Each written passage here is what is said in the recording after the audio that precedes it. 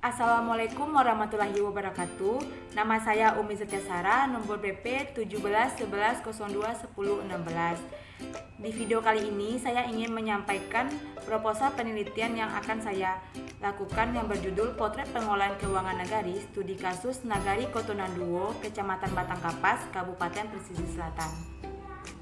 Yang melatar belakangi saya mengambil judul ini yaitu dalam penyelenggaraan urusan pemerintahan dan kepentingan masyarakat nagari dipimpin oleh wali nagari dan perangkat nagari dalam pengolahan keuangan nagari dilaksanakan dalam 1 tahun anggaran terhitung dari 1 Januari sampai 31 Desember agar dapat menjalankan pemerintahan, pelaksanaan, pembangunan, pembinaan, dan pemberdayaan masyarakat. Pembangunan nagari didanai oleh keuangan nagari. Dalam pengolahan keuangan nagari, agar adanya azas transparansi, akuntabel, partisipasi, serta dilakukan dengan tertib dan disiplin anggaran dari dana nagari. Adanya kasus penyelewengan dana nagari yang bersumber dari website konfesional.com, Nagari Terata atas dugaan korupsi dana nagari tahun anggaran 2019 terkait pembangunan jalan Pinang Balire. Dan Nagari Kotonanduo diduga pemalsuan tanda tangan Ketua Bamus dalam anggaran pendapatan dan belanja nagari tahun 2018 sehingga Bamus dan tokoh masyarakat melaporkan wali nagari ke Malpores dan Inspektorat yang berita ini bersumber dari website prokama.com. Berdasarkan kasus penyelewengan atas dugaan korupsi di Nagari Terata tahun 2019 yang berasal dari Pesisir Selatan dan Nagari Kotonanduo tahun 2018 membuat peneliti ingin melakukan penelitian pengolahan keuangan nagari di kantor wali nagari Kotonanduo. Hal ini untuk membuktikan tidak adanya isu korupsi di Nagari Kotonanduo, dan selain itu peneliti ingin mengetahui kesesuaian pengolahan keuangan nagari Kotonanduo dengan Permendagri nomor 20 tahun 2018. Tujuan dari penelitian ini yaitu yang pertama untuk mengetahui pengolahan keuangan nagari di Nagari Kotonanduo pada tahun 2020. Yang kedua untuk mengetahui peraturan yang dipedomani Nagari Kotonanduo dalam pengolahan keuangan nagari. Yang ketiga untuk mengetahui bagaimana proses perencanaan, pelaksanaan, penatausahaan, pelaporan serta pertanggungjawaban keuangan di Nagari Kotonanduo. Yang keempat untuk mengetahui bagaimana kesesuaian antara proses perencanaan, pelaksanaan, penatausahaan, pelaporan dan pertanggungjawaban keuangan di Nagari Kotonanduo dengan Permendagri nomor 20 tahun 2018. Yang kelima untuk mengetahui faktor penghambat dalam melakukan pengolahan keuangan nagari pada tahun 2020. Rumusan masalah penelitian yang peneliti inginkan yaitu yang pertama, bagaimana pengolahan keuangan nagari di Nagari Kotonanduo pada tahun 2020? Apakah pengolahan keuangan nagari berpedoman kepada peraturan Bupati dan Permendagri nomor 20 tahun 2018? Yang ketiga, bagaimana perencanaan, pelaksanaan, penatausahaan, pelaporan dan pertanggungjawaban keuangan di Nagari Kotonanduo? Yang keempat, apakah perencanaan, pelaksanaan, penatausahaan, pelaporan dan pertanggungjawaban keuangan di Nagari Kotonanduo sesuai dengan perencanaan, pelaksanaan, penatausahaan, pelaporan dan pertanggungjawaban keuangan menurut Permendagri nomor 20 tahun 2018. Yang kelima, apa faktor penghambat dalam melakukan pengolahan keuangan nagari pada tahun 2020? Saya mengambil 10 penelitian terdahulu, bisa kita lihat di dalam tabel ini. Hasil dari penelitian terdahulu ada beberapa nagari telah sesuai dengan Permendagri yang berlaku saat itu dan ada juga yang tidak sesuai.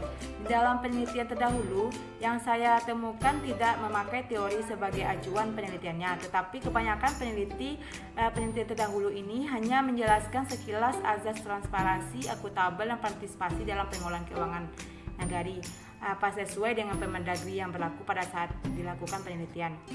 Penelitian yang saya teliti ada beberapa teori yang dipakai, yaitu teori agensi. Teori ini asal-usul pentingnya transparansi keuangan, adanya hubungan antara agen dengan prinsipal, dan teori signaling yang teori ini pemerintah berusaha untuk memberikan sinyal yang baik kepada masyarakat, tujuannya agar rakyat terus mendukung pemerintahan yang saat ini berjalan sehingga pemerintahan dapat berjalan dengan baik dan dalam laporan keuangan.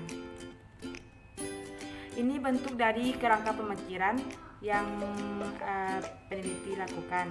Yang kita masuk kepada metode penelitian. Yang pertama, jenis penelitian. Penelitian ini melalui pendekatan kualitatif. Pendekatan ini dipilih karena untuk mendapatkan pemahaman tentang menganalisa pengelolaan keuangan nagari Kotonan II berdasarkan peraturan yang berlaku. Belum adanya indikator yang terukur layaknya pada pendekatan kuantitatif merupakan salah satu alasan dipilihnya pendekatan ini. Pendekatan kualitatif memungkinkan peneliti dapat melihat praktik pengelolaan keuangan nagari dan mendeskripsikan bagaimana kesesuaian pengelolaan keuangan nagari Kotonan II berdasarkan peraturan yang berlaku. Studi kasus merupakan desain peneliti yang dipilih. Desain ini dipilih agar peneliti dapat mengadakan penelitian sebuah masalah dengan batasan terperinci, pengambilan data yang mendalam, dan menyertai sumber-sumber informasi yang diperlukan dalam peneliti. Batasan penelitian. Untuk batasan penelitian ini, untuk memfokuskan hasil penelitian, peneliti membatasi ruang lingkup penelitian yang peneliti lakukan. Penelitian ini dilakukan pada Nagari Kotonan II, Kecamatan Batangkapas, Kabupaten Pesisir Selatan. Selanjutnya, pengumpulan data. Dalam penelitian ini, peneliti mengumpulkan data primer dan data sekunder. Data primer merupakan data yang penulis dapatkan dari wawancara dan observasi. Dalam penelitian ini, peneliti melakukan wawancara semi-struktur agar responden dapat menyampaikan pendapat dan idenya terkait pernyataan yang diajukan serta memungkinkan untuk dilakukannya open-ended question. Ketika adanya beberapa poin baru yang muncul dari jawaban wawancara penulis lakukan secara langsung dan wawancara melalui telepon untuk beberapa pertanyaan peneliti yang belum terjawab pada saat wawancara sebelumnya. Semua kegiatan wawancara, baik secara langsung maupun via telepon, penulis rekam guna transkrip untuk mendapatkan bukti konkret.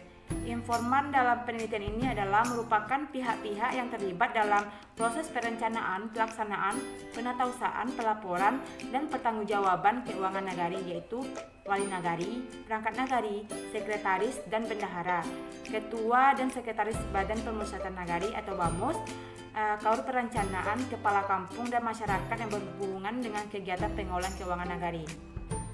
Jenis observasi yang penulis gunakan adalah partisipan observ. Dengan berperan secara langsung dalam kegiatan pengelolaan keuangan nagari Kotonan II, keuntungan melakukan partisipan observ ini adalah peneliti dapat memahami lingkungan kerja dan pengelolaan keuangan nagari Kotonan II secara langsung.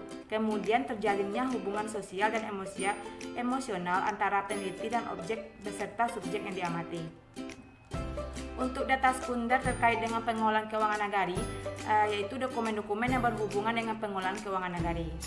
Analisis data. Pada tahap ini, peneliti memperoleh data primer dari wawancara dan observasi yang dilakukan secara langsung dalam penelitian ini. Kemudian data ini dikumpulkan dan diolah serta dianalisis secara komprehensif. Berikut analisis data yang dilakukan peneliti. Yang pertama, transkrip wawancara. Melakukan wawancara dengan beberapa informan di masing-masing bidang yang telah peneliti tentukan. Selanjutnya peneliti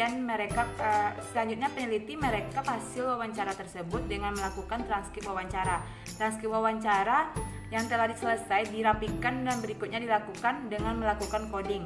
Coding ini agar peneliti dapat mengorganisasikan dan mensistematikan data secara langsung dan detail sehingga memudahkan saat melakukan pengelompokan kutipan mana saja yang berkaitan dengan pengelolaan keuangan nagari. Tidak hanya itu, segala temuan yang diperoleh dalam kegiatan wawancara akan peneliti hubungkan temuan tersebut dengan teori yang sebelumnya pernah peneliti paparkan dan terakhir peneliti akan mengumpulkan serta membuat saran atas analisis yang telah peneliti lakukan.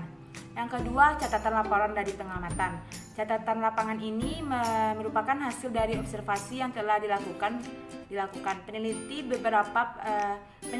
beberapa pengamatan terhadap objek penelitian. Pengamatan dilakukan dengan memperhatikan kegiatan yang dirasa perlu dan berkaitan dengan penelitian yang dilakukan oleh peneliti. Gunanya untuk memudahkan peneliti dalam mensinkronisasikan antara data yang diperoleh di lapangan dengan konteks pengelolaan keuangan nagari yang dibahas. Terima kasih, hanya itu yang bisa saya sampaikan. Kalau ada kata yang salah, mohon dimaafkan. Saya tutup dengan wabillahi taufiq walhidayah. Wassalamualaikum warahmatullahi wabarakatuh.